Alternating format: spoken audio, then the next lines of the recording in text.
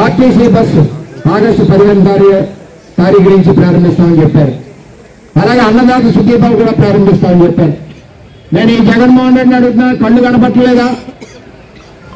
ఇంత అభివృద్ధి జరుగుతుంది, ఒక పక్కన సంక్షేమం జరుగుతుంది. ఈ విధంగా రాష్ట్రం ముందుకెళ్తుంటే ప్రతిపక్షం ఏడుస్తా ఉంది, అసూయతో ఏడుస్తా ఉందని చెప్పి నేను తెలియజేస్తాను.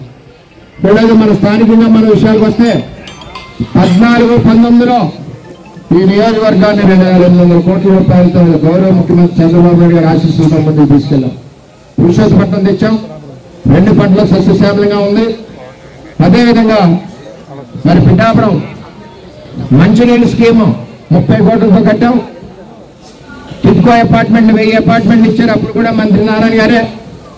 జగన్మోహన్ రెడ్డి ఇచ్చి భ్రష్టు పట్టించాడు, ఇప్పుడు దానికి కూడా డబ్బులు కేటాయించి ముందుకు తీసుకెళ్తా ఉన్నాం. అలాగే నగరంలో బోర్డు అభివృద్ధి కార్యక్రమాలు చేశాం, స్పోర్ట్స్ కాంప్లెక్స్ తెచ్చాం, గవర్నమెంట్ పాలిటెక్నిక్ కాలేజ్ తెచ్చాం.